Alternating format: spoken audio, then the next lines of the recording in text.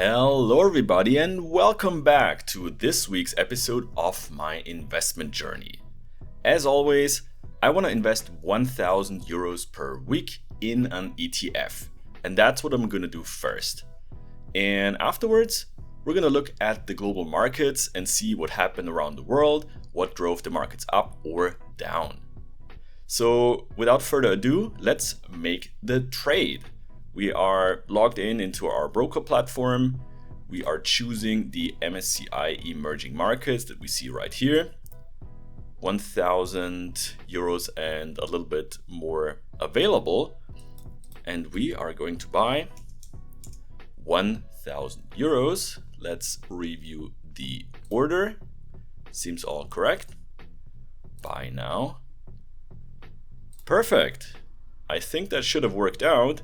Let's refresh this and there we go. We got it. Let's go into the wealth tab and we are up to 5,000 euros and a little bit more. Over the past week, at least my portfolio was hovering around the zero profit line, and then only just today we see this bump upwards. All right, so let's see what happened in the market and how it all played out this week. All right, so let's look at the market dashboard, and here we see the MSCI World and the MSCI Emerging Market ETFs, and then some of the most important countries represented in each.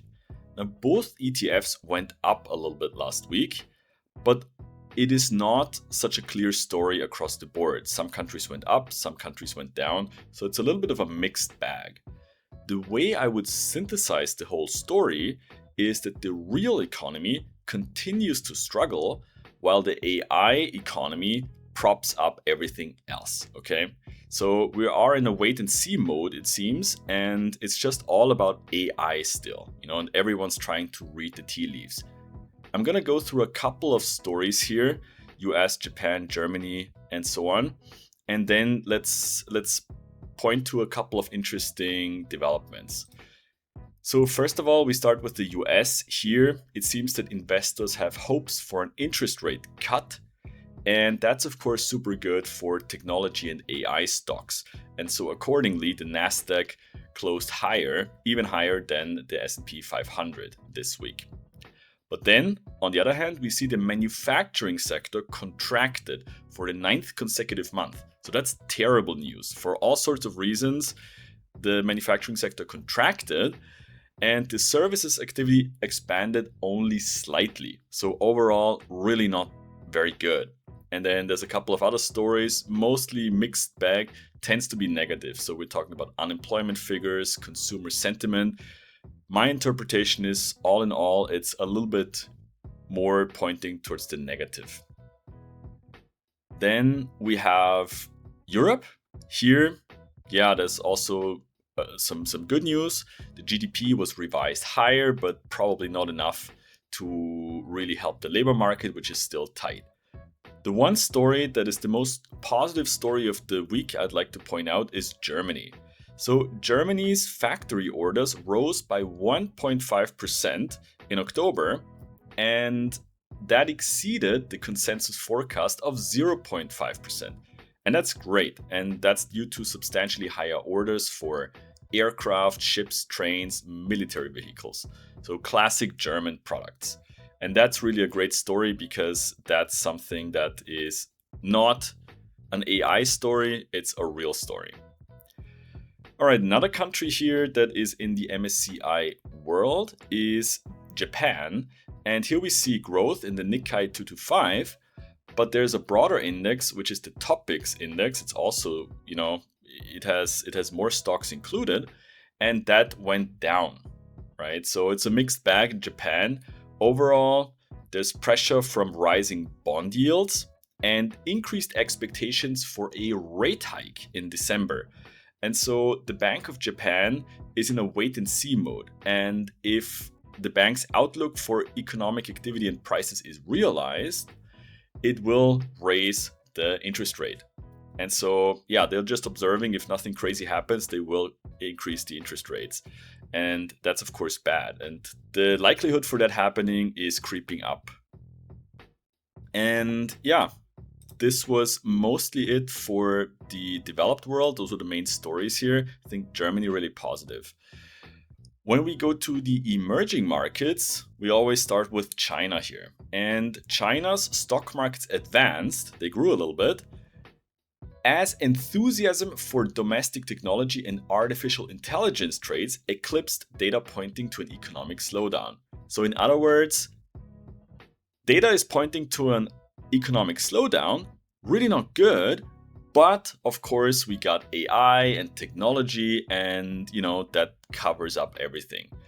Here interesting is the PMI, the Purchasing Manager Index, improved, which is typically good, but it's the 8th straight month that it's below the level of 50, and that's really not good.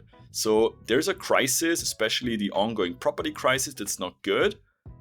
But most analysts still seem to believe that China will meet its growth targets this year of 5%. The overall economy is struggling, but somehow the markets are up because of technology and AI. And yeah, similar to that, I think Taiwan is up across the board. You see here the constituents of the Taiwanese stock index, and most of them are up quite significantly. But really what matters in Taiwan is just TSMC. So TSMC is 10 times bigger than the second biggest constituent of the Taiwanese stock index, and they're up by quote unquote only 1.39%. And that happens to be exactly the value that the Taiwanese stock index here is up. Okay. And then I have one more country that is interesting to discuss, and that is South Korea. They are the big winner of the week. And so I just looked at all of their components in the index, and you see here Samsung and all the others. And you see especially Samsung, which is by far the biggest index constituent, is up by quite a healthy percentage. And if we look at the 1 week chart, it's 4.4%. And then another big winner is Hyundai Motor, 20% in 1 week. That's crazy. And so let's look into those two companies. So drum roll, please. Why is Samsung up? Yay! Samsung stock rises, enters AI chip supply market. So they signed a letter to supply memory chips to OpenAI, marking its entry into the expanding AI sector. So of course, again, it's AI. You want to increase your stock price, you just do something with AI. Okay, so yeah, that's probably why Samsung is up. The market really appreciates that. And then Hyundai up 20%. Let's look at that. Well, it seems that investors appreciate this new strategy around humanoid and software, which is humanoid is human-shaped robots like this one, and then software strategy. And it seems that in the past, Hyundai suffered a valuation discount because of its perceived lack of artificial intelligence and software capabilities, which is super important for autonomous driving, and the fact that they weren't perceived as high performers in this space probably impacted their stock valuation negatively.